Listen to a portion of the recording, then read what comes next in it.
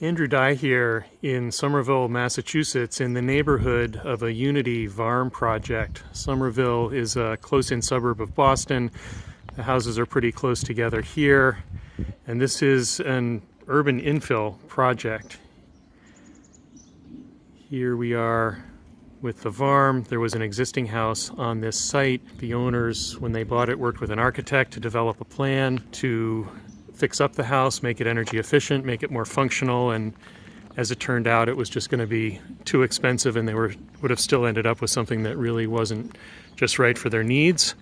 And so they were able to have the house that was on this site taken down and this Unity Värm put up in its place.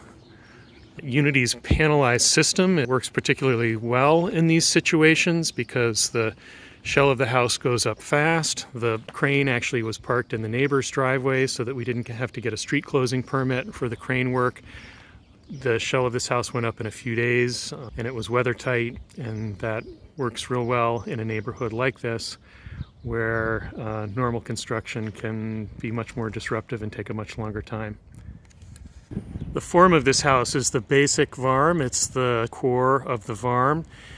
It was built on a full foundation rather than a slab. There is some slope to the site, and that means that a full foundation tends to work better. And also in an area like this where square footage is at a premium, it's helpful to have that basement space. In this case, the basement won't be finished, but it is being used for mechanical equipment, and that means that the mechanicals don't have to be put on the first or second floor. You can see the windows here that go down into the basement and the insulation on the foundation. That rim joist will get insulated as well. The siding here is fiber cement. It's the Hardy product, this lap siding with a simple trim detail and the triple paned logic windows. There's a lovely private backyard here, actually pretty generous for this kind of a setting. And these 4 glass doors, only one of which is operating, but these 4 basically large windows on the rear of the house will really help to connect the inside of the house to the outside. There's also a large window in the basement. That's an egress window that's going to have a window well. And if and when the basement is finished as living space, it can have a bedroom down there because it will have an egress window. The ridge of the house is oriented east-west, more or less, which means that this south side of the roof will be well suited for photovoltaic panels. The house is going to be all electric. All the appliances are electric. There will be an induction range, electric water heater, etc. And the owners are looking forward to this home performing as net zero, producing as much energy as it uses.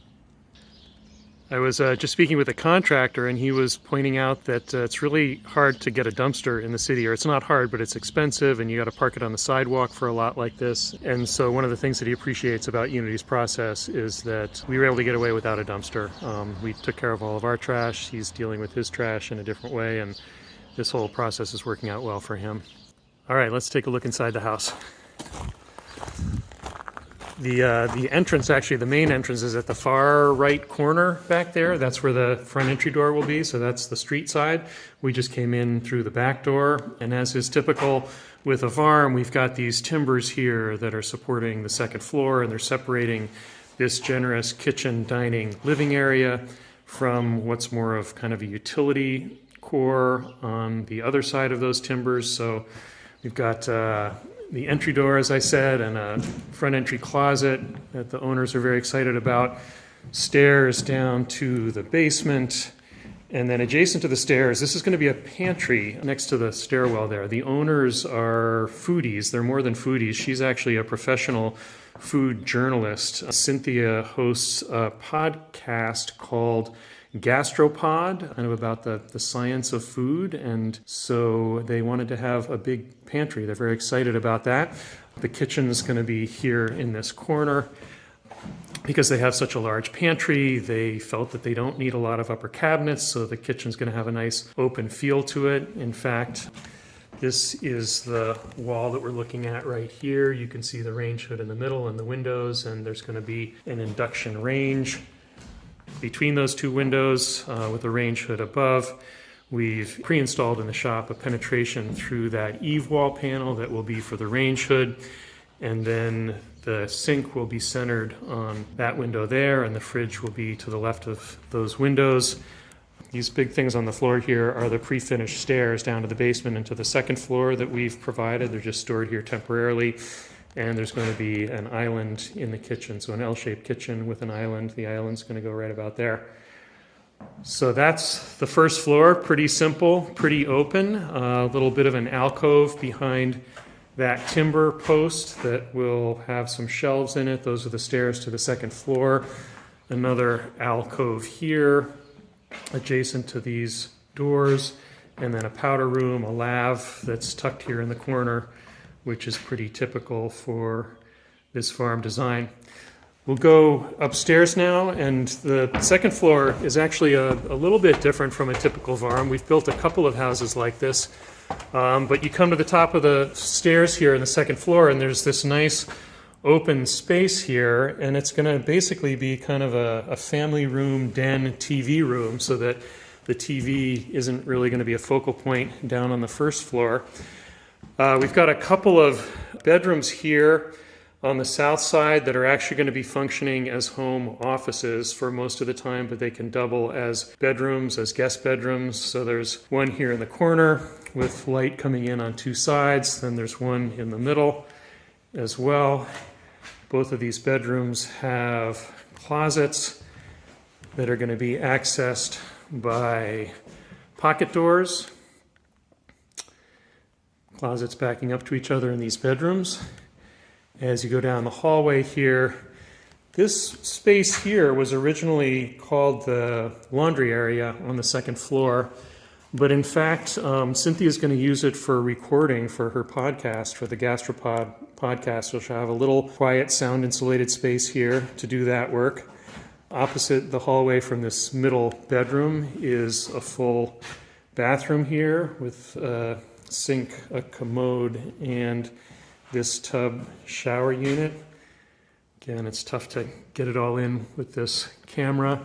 We've got some access to that attic area, which will be unfinished, basically truss roof. That's required by code to have some access, but that'll all be insulated above this ceiling membrane here, which is the air and pressure boundary. So that's why all the seams are taped. I'm now in the southeast corner of the house in the primary bedroom. So we have this bedroom area. We've got what will be a primary bath with a shower, a commode, and a sink. Shower down at the end. A nice generous walk-in closet here. And I'll just spin around. Here's the hallway again. And another look at this primary bedroom space. Lots of nice light up here on the second floor of this house. I really like this layout actually, because you get the 3 bedrooms, you get 2 baths, plus you get this nice open space here, which can be kind of a multi-purpose space. You could set up exercise equipment. This space here could function as a home office, family space, etc. We'll go down and take a look at the basement, and that ought to do it for this little tour. So back on the first floor, heading down into the basement. Not sure how well we'll be able to see down here. This is a sump pit in the corner, presumably to mitigate the potential for any moisture down here. Here's that egress window that we saw from the outside that's going to have a window well. Standard height foundation walls.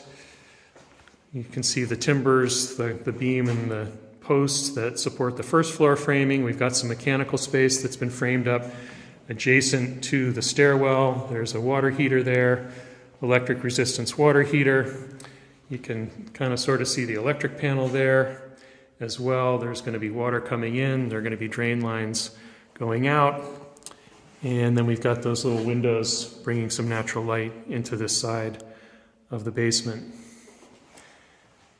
As I said, I believe this is going to remain more or less unfinished for now, but they'll have the potential to finish it in the future, especially with that nice window at the east end. Here we are again back on the first floor with that long view through the kitchen, dining, living area to the wall of glass that will look out onto the landscaped backyard. I was talking with the owners and with the builder earlier. The owners are very excited about this project and about how the home's going to perform, about the net zero aspect, and they're hoping that this can actually be kind of a model for what could be done in neighborhoods like this, where much of the housing stock is old, much of it is poorly performing, and to bring these older houses up to anything close to this level of performance is extremely expensive, and then you don't necessarily really get what you want in terms of the design. So again, they're hoping that this can be sort of a demonstration project in that way, and they're happy to share it. The builder's also excited about the project. This is the second Unity home that he's worked on. The first one was in Newton, Mass. a couple of years ago. The builder is enjoying working on finishing this shell, where we've done a lot of the heavy lifting, and he's looking at the possibility of working on yet another Unity project over in Dover, Mass., which is closer to where he lives. So we'll be back to do more filming when the project is further along. Hope you've enjoyed this video and found it helpful.